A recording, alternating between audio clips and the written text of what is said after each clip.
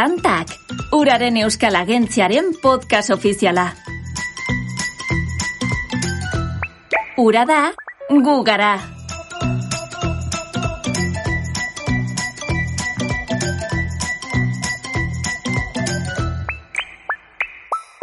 Ura da ezagutzen diren bizimodu guztiak mantentzeko elementu natural garrantzitsuena. Baliabide naturala da, baina baita naturaren doaina, aktibo ekosoziala eta interes komuneko ondasuna ere. Jean de la Bruyère idazle eta moralista frantsesak zioenez, ez dago ezer gizakiek gehiago gorde nahi eta euren bizitza baino gutxiago zaintzen dutenik. Eta haren baieztapenak lege izaera hartzen du urari aplikatzen badiogu. Izan ere, planetaren arima urdina eta bizitzaren garapenerako funtsezko iturri izan arren, gizakiak gehien presionatzen duen baliabide naturaletako bat ere bada. Podcast honekin, Uraren Euskal Agentzian, argia jarri nahi dugu urarekin lotutako ingurumen arloko uste faltsu baten gainean, uholdeen amaierarekin lotzen baitu ibai ibilguen dragatu eta garbitzea.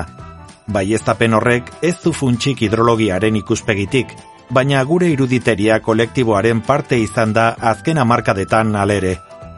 Gaur, uraren inguruko topikoetan, uraren kudeaketari buruzko ohiko eztabaidetako bati buruz hitz egingo dugu. Ibaien garbiketa mekanikoaz, uholdeen konponbide gisa.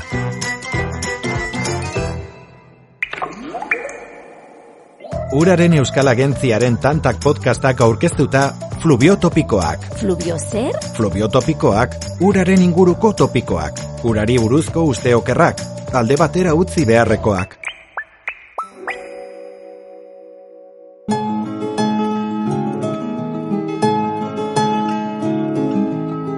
Ibaiak gainezka egiten duenean, berehala entzuten dugu landaretza gehiegi duelako dela.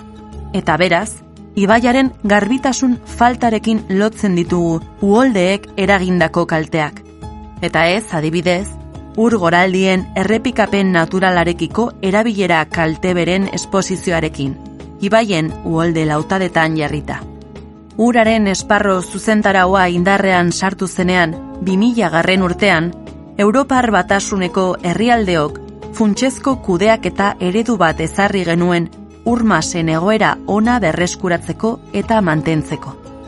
Izan ere, ibaiak ez dira ura isurtzen duten kanal aseptikoak, ekosistema biziak baizik.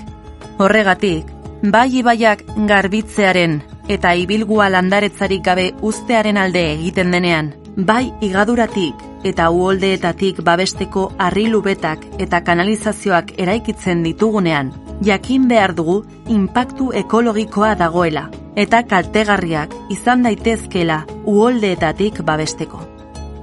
Uraren esparru zuzentarauari esker, ibaien garbiketaren ordez, askoz ere praktika eraginkorragoa eta errespetuzkoagoa ari da ezartzen.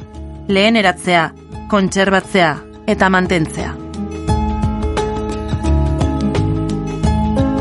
Ibaien garbiketa faltaren kontzeptua uraren inguruko topiko okerra da, hainbat arrazoirengatik. Lehenik eta behin, ibaiak bakarrik garbitzen direlako, ur goraldiekin soberan dagoen landaredia kendu eta ibaiak behar duena landatzeko gaitasuna baitute. Ibaiek beren morfologia diseinatzen dute, ura, jakinak, mantenugaiak eta landare elementuak garraiatuz. Funtzio horiekin, ekosistemen multzo konplexu bat osatzen dute, inguruan bizi diren espeziak hornitzen dituztenak. Ibaien ur goraldiek sedimentuak banatu eta sailkatzen dituzte, eta landaridia ordenatzen dute dinamika naturalari eutsiz. Bestela esanda, ur goraldiek bizirik eta osasuntsu mantentzen dituzte ibaiak.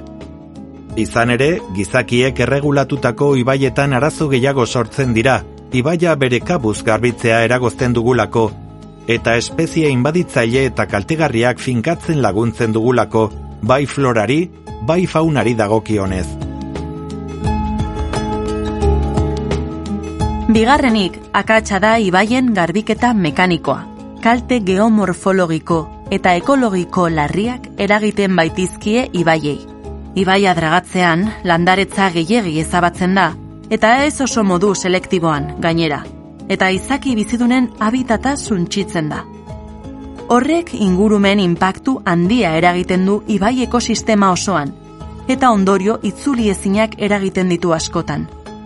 Jakin behar duguna da, ibai ertzeko berezko espezieek, ibai ertzetan egon behar dutela, igadura saiesteko eta ekosistemak eta funtzio ekologikoak mantentzeko, ura garbitzeko edo ur goraldien inpaktua murrizteko, funtzio batzuk bakarrik aipatzearren. Ibaiek gora egiten dutenean, ibilgu arruntetik edo ibilgu txikitik haratago edatzen dira, ohitzen gaituen horretatik haratago.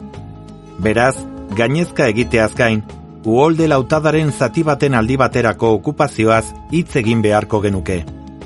Uholde Lautada arruntaz, hau da, urtean behin edo urte gutxitan behin gertatzen diren uholdeen kasuan, eta ezoiko Uholde Lautadaz, alegia, oso maiz gertatzen ez ziren eta ibilgu handiak izan ditzakeen emariak gainditzen dituzten uholdeez ari gara. Horiek horrela, ibaien urgoraldiak eta uholdeak ezin dira saiestu, eta ez dira saiestu behar. Ezinbestekoak dira, ibaien funtzionamendu onerako eta egoera ekologiko onerako, eta onura ugari eta baliotsuak ekartzen dituzte. Ondorioz, urgoraldien konponbidea ez da ibaiak garbitzea edo bideratzea. Kontua da, Uholde Lautadetan erabilera kalteberarik ez jartzea. Badakigulako uholdeak errepikakorrak eta naturalak direla. Hala ere, erabilera kalteberak dagoeneko arriskuan daudenean, pertsonon segurtasuna bermatzeko lanak egin beharko dira ibaiari ahalik eta kalte txikiena sortzeko modu arduratsuenean. Aldela, ur goraldiei edapenerako espazio seguruak emanez. Uran, uste dugu ibaiak kontserbatzeko herritarrak sentsibilizatu behar direla, eta ingurumen arloko hezkuntza eman behar zaiela. Lan horrek, zu bezalako herritarren konplizitatea eskatzen du, ibaien dinamika ulertzeko moduan aldaketa sustatzeko. Hidrotopiko ezkain, beste gai interesgarri batzuk ere jorratzen ditugu Uraren Euskal Agentziaren tantak podcastean, kulturaren eta uraren arteko harremana, euskal hidronimia, Euskadiko ur bideskak, bertako pertsonaiak, ur ondarea eta bar. Gure uragentzia.euskadi.eus webguneko podcast atalean entzun ditzakezu.